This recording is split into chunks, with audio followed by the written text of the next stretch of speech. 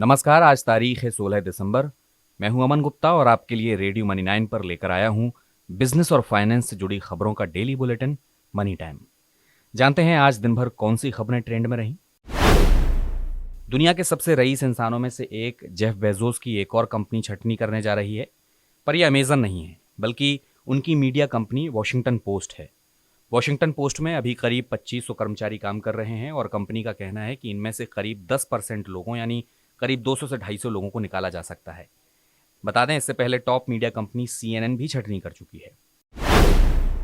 और छटनी की खबरों का सिलसिला थमने का नाम नहीं ले रहा है। Global out placement firm challenger और ग्रे एंड क्रिसमस की एक साझा रिपोर्ट ये कहती है कि सिर्फ टेक इंडस्ट्री ने छटनी के मामले में महामंदी को भी पीछे छोड़ दिया है। रिपोर्ट के हिसाब से इस साल दुनिया भर में 965 टेक कंपनियों ने छटनी का रास्ता अपनाया है।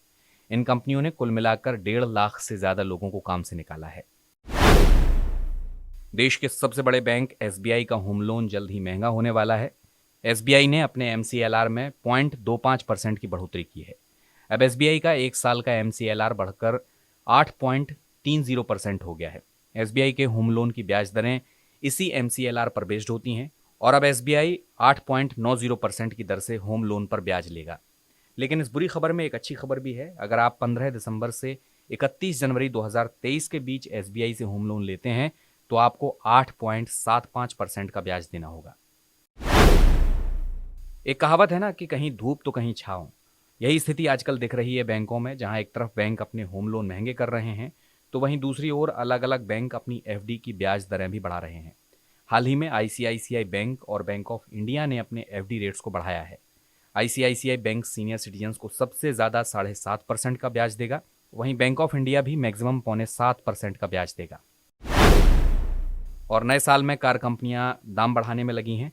टाटा, हुंडई और सुजुकी के बाद अब जापानी कार कंपनी होंडा ने भी नए साल पर कारों के दाम बढ़ाने का ऐलान कर दिया है।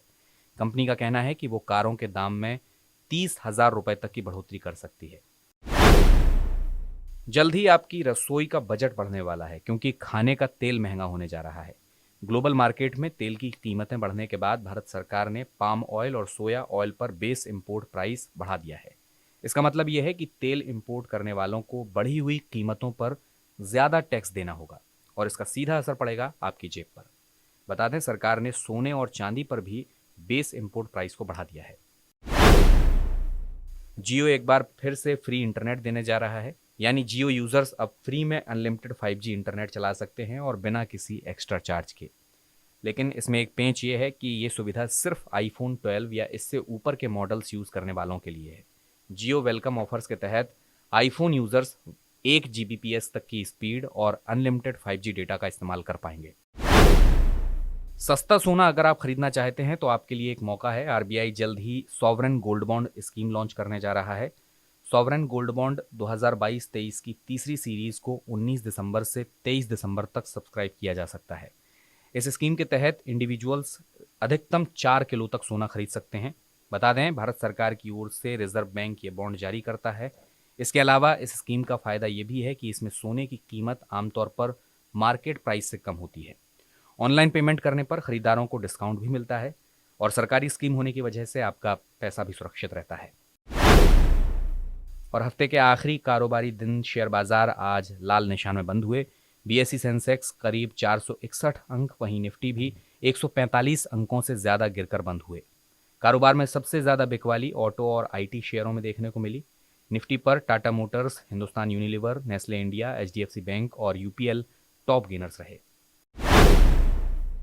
तो आज के मनी टाइम में बस इतना ही। बिजनेस और फाइनेंस से जुड़ी खबरों से अपडेट रहने के लिए आप रेडियो मनी 9 सुनते रहिए और डाउनलोड कीजिए मनी 9 का मोबाइल ऐप। मैं हूं अमन गुप्ता। इस पॉडकास्ट को प्रोड्यूस किया है सुभाष सुमन और आंचल चौधरी ने। अब आपसे सोमवार को होगी मुलाकात। तब तक के लिए नमस्कार।